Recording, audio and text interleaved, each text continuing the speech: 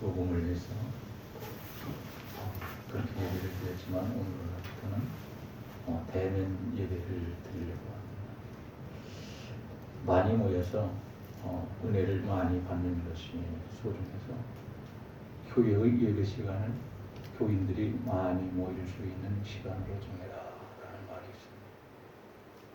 오늘 오랜만에 처음으로 대면 예배를 드릴 때에 바울 사도와 그의 동역자들이 데살로니가 교인들에게 문안 인사를 하는데 은혜와 평강이 있을지어다 이렇게 말합니다.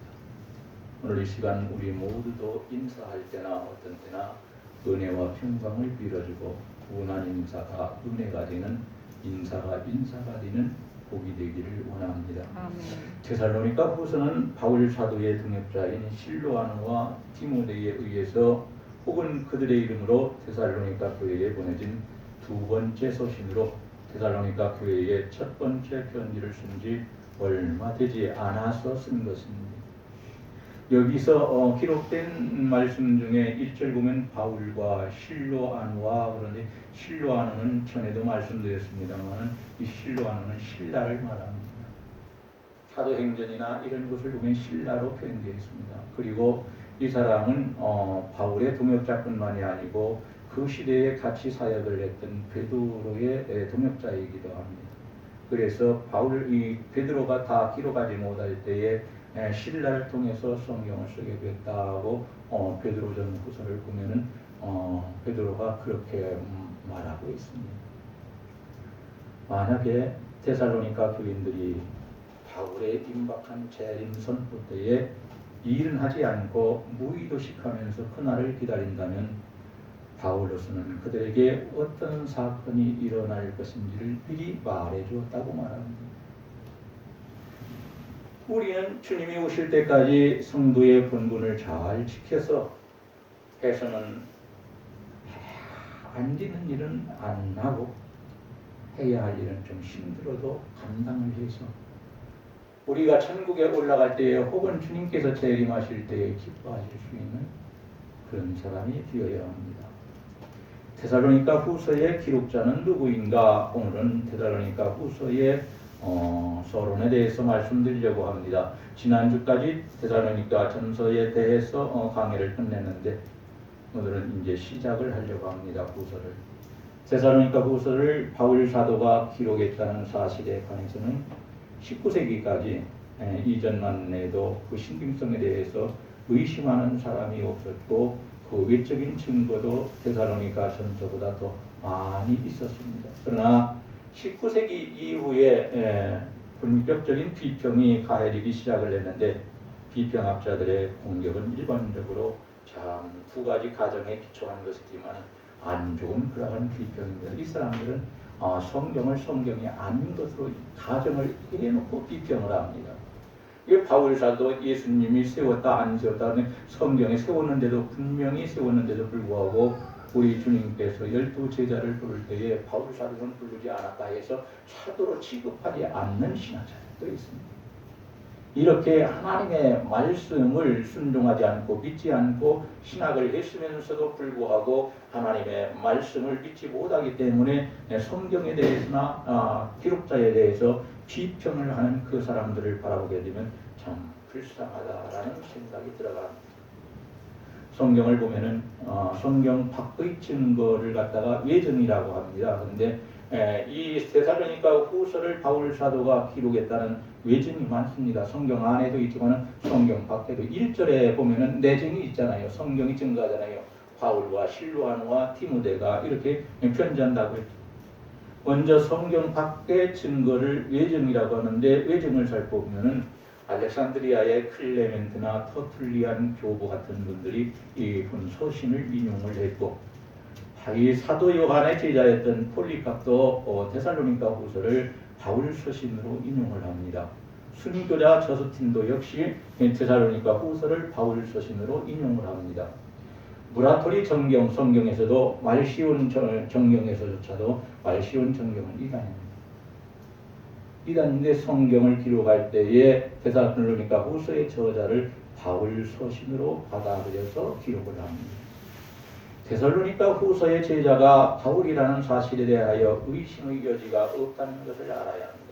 사람은 의심하기 시작하면 한없이 의심할 수밖에 없습니다. 그러나 하나님의 말씀을 믿게 되면 믿음으로 인하여 믿음을 더 받게 됩니다. 세 번째로 수신자는 누구인가? 데살로니가 후서의 수신자는 누구라는 말인가? 그것은 데살로니가 전서의 수신자가 데살로니가 교회의 교인들이었던 것처럼 데살로니가 후서의 수신자 역시도 데살로니가 교회의 교인들이었다는 사실에는 한 점에 의심할 필요가 없습니다. 여러 학자들이 그랬었습니다. 한때 데살로니가 후서는 데살로니가인들에게 보내진 것이 아니고 다른 곳으로 보내지는 서신이었는데 잘못돼서 데살로니가 교회로 간 것이다. 이렇게 해서 문제를 엄청나게 일으켰습니다. 그런데 그 문제 다 해결되었고 이 교회가 여러 가지 문제가 발생하였고 그 중에서도 데살로니가 후서에서 밝히는 바와 같이 재림의 지연으로 인한 영적 해이와 무의도식 등이 문제가 됐습니다. 따라서 데살로니가 후서를 향한 바울의 두 번째 편지임이 분명하고 수신자는 좁은 의미로는 데살로니가 교인들이고 넓은 의미로는 모든 시대 하나님을 사랑하고 하나님을 믿는 성도들에게 주시는 말씀입니다. 네 번째로 기록 연대는 언제쯤일까? 데살로니가 전서가 쓰여진 지 얼마 되지 않아서 기록이 되었습니다. 데살로니가 전서의 기록 장소인 고린도에서 기록되었다는 것이 일반적인 견해입니다. 여기에 대해서 누구도 이의를 달지 않습니다. 그 근거로 본서에서는 데살로니가 전서와 마찬가지로 실로아노와 디모데가 바울과 함께 무난 인사를 하고 있습니다. 이것을 보면은 본 서신을 쓸 때에 실로아노와 디모데가 바울의 전도 여행에 동참했다는 것을 우리와 같은 사람도 알 수가 있습니다.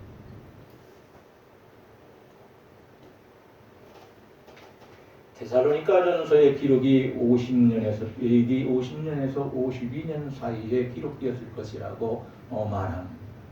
정확하게는 나와 있지 않습니다. 바울 사도가 내가 몇 년에 기록한다 이렇게 말하지 않았기 때문에 없습니다.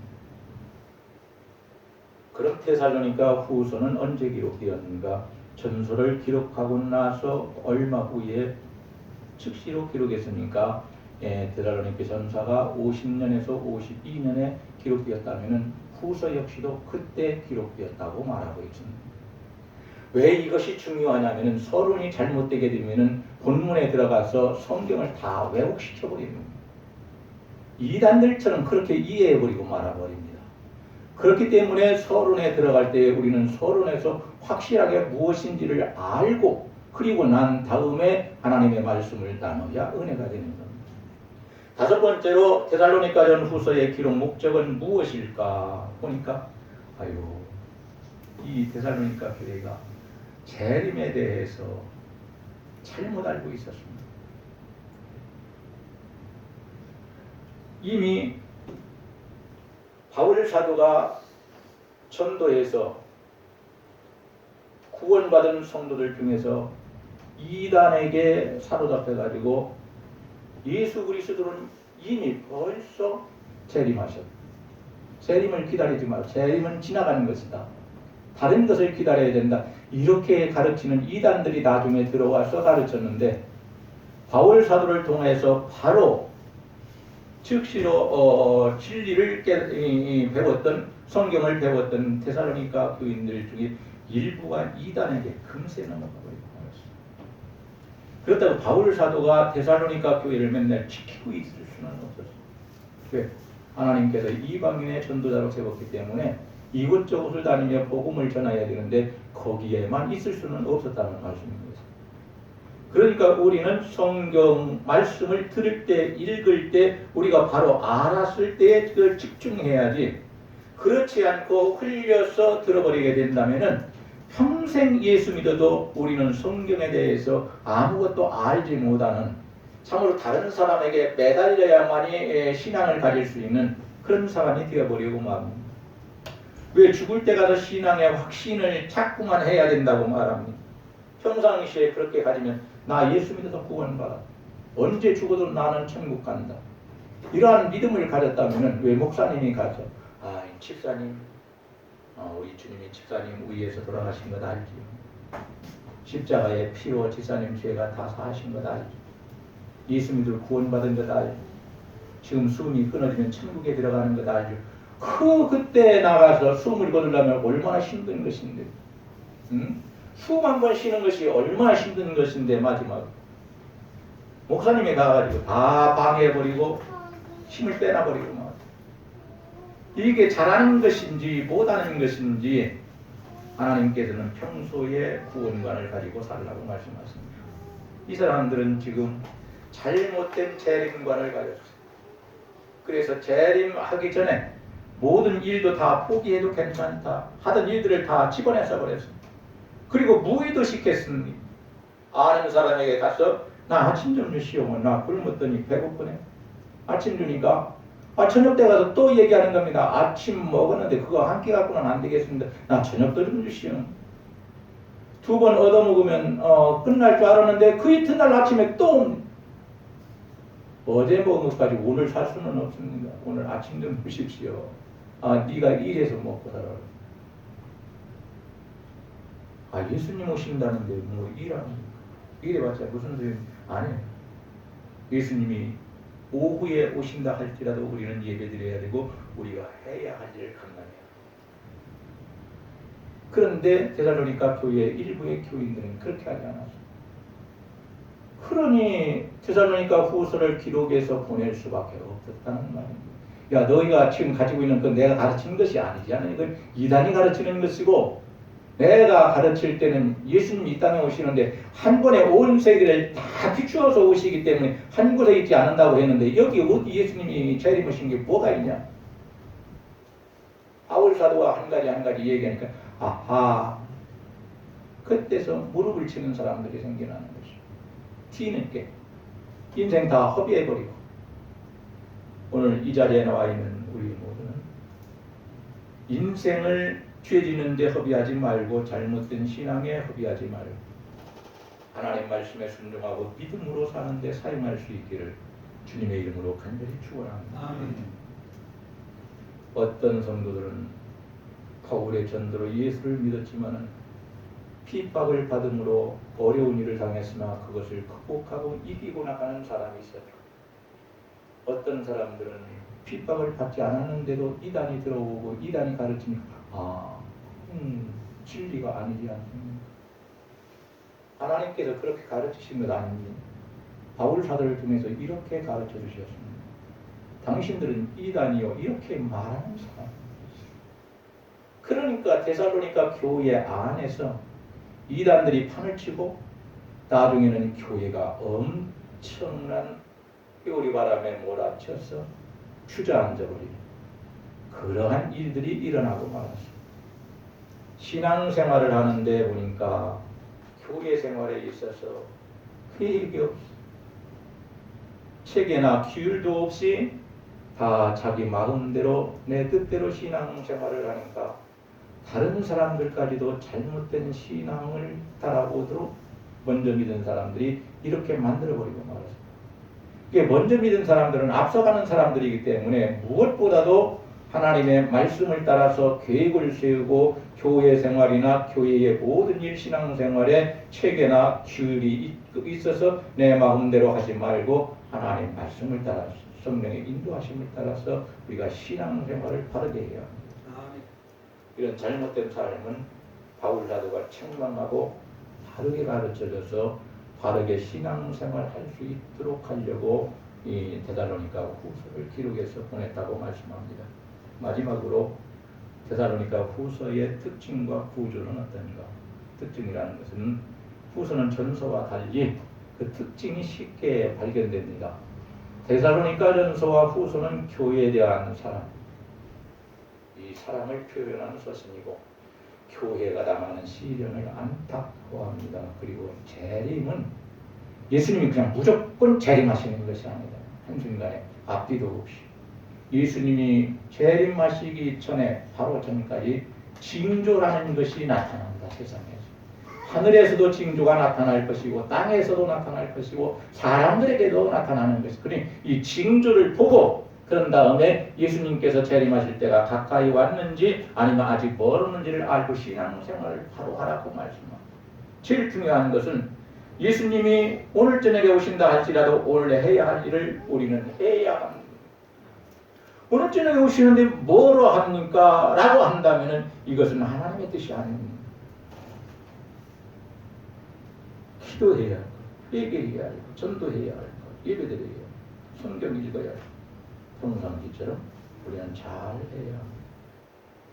재림이 있기 전에 어떠한 징조들이 먼저 일어나실 건가에 대해서 설명을 해줘서 재림에 대하여 벗어나지 않게 합니다. 이 데살로니가 교인들은 왜 그렇게 재림에 대해서나 부활에 대해서 잘못된 생각을 가졌는지, 예수님이 오시기 전에 죽은 사람들은 천국에 들어가지 못하고 지옥에 들어가. 예수님이 오시기 전에 죽은 사람, 데살로니가 교인들이 이렇게 신앙을 갖다가 완전히 왜곡시켜버렸어요. 그리고 예수님이 오실 때까지 살아있는 사람만이 주님을 영접하고 환영해서 천국에 들어간다. 데살로니가 교회 교인들이 이런 잘못된 신앙관을, 왜? 바울 사도가 가르칠 때는 그저 그냥 듣고 이단들이 가르치는 것이 진리처럼 받아들여서 그랬어요. 그러니까 우리는 신앙생활을 할 때 어떻게 해야 합니까? 분별력이 있어요. 분별력은 사람이 갖는 것이 아니고 성령님의 은사로 주십니다. 그래야 영을 분별할 수 있고, 하나님의 영으로 말하는지 사단의 영으로 말하는지 우리는 분별해야 되고, 저 사람이 이단의 스파이인지 아니면 진리를 따르는 사람인지 이것도 우리가 분별할 수 있어요. 이 구조는 어떻게 되는가? 오해에 대해서 올바르게 가르쳐줬습니다. 선택받은 사실에 대해서 감사하며 사는 교인들이 되라고 권면합니다. 불평이 굉장히 많았습니다. 그렇게 말합니다. 감사하면서 살라는 게 내가 구원받았습니까? 이것보다 더 감사할 일이 없다는 얘기입니다. 후에 데살로니가 그 일부는 회개하고 감사하면서 살았지만 그러나 일부는 끝까지 그렇게 살지 못했습니다. 말씀을 마쳐야 되겠습니다. 데살로니가 후서의 서론을 살펴보면서 완전하지 못한 인간의 역사조차도 하나님 앞에서는 완전히 드러나고 있으니까 우리는 언제 어디서나 항상 올바르게 살고 선하게 의롭게 깨끗하게 믿음으로 살아야 된다는 것을 다시 한번 깨닫고 힘써서 하나님께서 기뻐하시는 삶을 살아야 합니다. 성경을 기록할 때에는 그 동기도 있고 목적이 있습니다. 우리도 한 모든 일에 동기가 있어야 되고 목적이 있어야 됩니다. 기록 연대와 장소가 있는 것처럼 우리가 어느 시대에 무엇을 했는지 어느 장소에서 무엇을 했는지 하나님은 다 알고 계신다고 시편 139편이니까 거기에서 말씀하십니다. 그러니까 우리는 어떻게 살아야 할 것이냐, 세세한 부분까지 하나님께서 다 알고 계십니다. 하나님 앞에 섰을 때 그것이 다 드러나게 되면 내가 정말 안심해도 되는 것인가? 평안해도 되는 것인가? 아니면 죽을 죄를 지었다고 내가 지금 회개하고 가야 되는 것인가? 죄악은 회개에서 용서받고 다 뒤로치고 던지고 앞으로 가야 합니다. 죄악을 가지고 살고 회개하지 않으면 하나님과 원수가 되어버리기 때문에 그렇습니다. 하나님과 원수가 돼서 무엇이 좋겠습니까? 오늘 이 자리에 나와 있는 우리 모두는 하나님 앞에서나 사람 앞에서 거짓이 없이 꾸미지 말고 진실된 신앙을 가지고 살았습니다. 나의 모든 신앙과 삶이 드러날 때에 부끄럼 없이 자랑스럽게 드러날 수 있기를 주님의 이름으로 간절히 축원합니다. 기도하시겠습니다. 하나님 감사합니다. 바울 사도와 실로아노와 디모데를 통하여 우리 하나님께서는 그들이 전도하도록 만들어놨고 함께 전도하되 함께 또한 목회하도록 만들어주시고 함께 힘을 합쳐서 데살로니가 교회를 위해서 기도하고 말씀을 기록하여 그들에게 보내고 하나님의 말씀을 중심한 신앙생활을 하도하라고 가르쳤습니다. 하나님, 우리도 우리의 생각을 따라 우리의 체험한 것을 따라 신앙생활을 하지 않게 하시고 하나님께서 우리에게 무엇을 맡기시고 기회를 주셨을 때에 힘을 다하여 감당할 수 있도록 도와주십니다. 하나님께서 주신 일보다 더 귀한 일은 세상에 없다는 것도 깨닫게 하소서. 세상에서 해야 할 일도 잘 주관해서 감당해야 되지만 하나님께서 주신 그 일을 잘 감당할 수 있는 사람들이 되어지도록 아버지께서 역사하여 주옵소서. 아멘.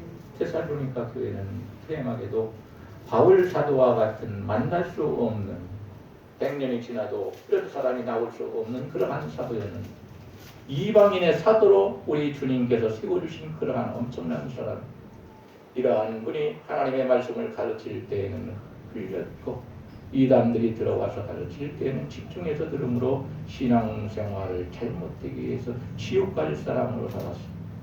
하나님은 우리가 이들의 전처를 받지 않게 하시고 우리는 진리 안에 머물게 하시고 진리를 따라 신앙생활 잘 할 수 있도록 은혜를 베풀어 주시고 다른 사람들에게 본이 되어 따라올 수 있는 사람이 되어지도록 하나님 저희를 주장하여 주옵소서.